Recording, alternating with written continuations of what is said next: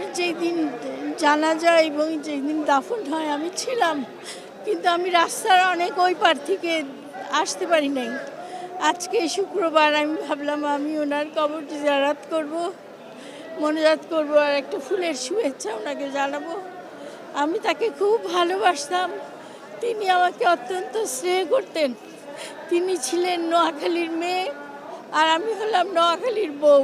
অনেক স্মৃতি আছে, তার মধ্যে একটি স্মৃতি হলো আওয়ামী লীগের সরকার যখন আমার বাড়ি 159 গুলশান অ্যাভিনিউ আমার বাড়ির থেকে আমাকে আমার স্বামীকে বের করে দিয়েছে, উনি তখন ছুটে এসেছিলেন, উনি এসে আমাদের পাশে দাঁড়িয়েছিলেন।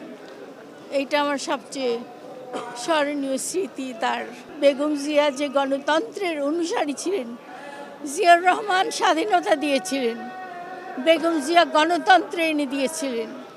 আজকে আমি আশা করি যে প্রকৃতপক্ষে তাকে সম্মান করা মানেই হলো বেগম জিয়াকে সম্মান করা, এবং বেগম জিয়াকে সম্মান করাই হলো বাংলাদেশের প্রকৃত মুক্তিযোদ্ধা এবং প্রকৃত দেশপ্রেমিক মানুষের সম্মান জানানো।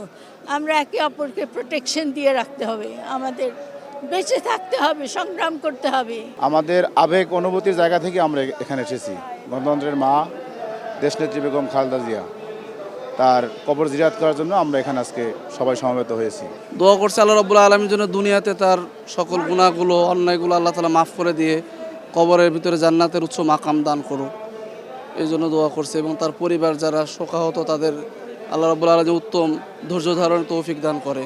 দেশনেত্রী বেগম খালেদাকে হারিয়ে মনে করছি যে আমরা অভিভাবক হারিয়েছি, বাংলাদেশ একজন অভিভাবক হারিয়েছে। আমরা জাতীয়তাবাদী দল বিএনপির কর্মী হিসাবে আমরা দেশনেত্রী বেগম খালেদা জিয়াকে অনেক মিস করব। তারপরও দেশের মানুষ, জাতীয়তাবাদী দলের নেতাকর্মীরা যে পরিমাণ, বাংলাদেশের মানুষ সবাই ম্যাডাম জিয়াকে শ্রদ্ধা জানিয়েছে।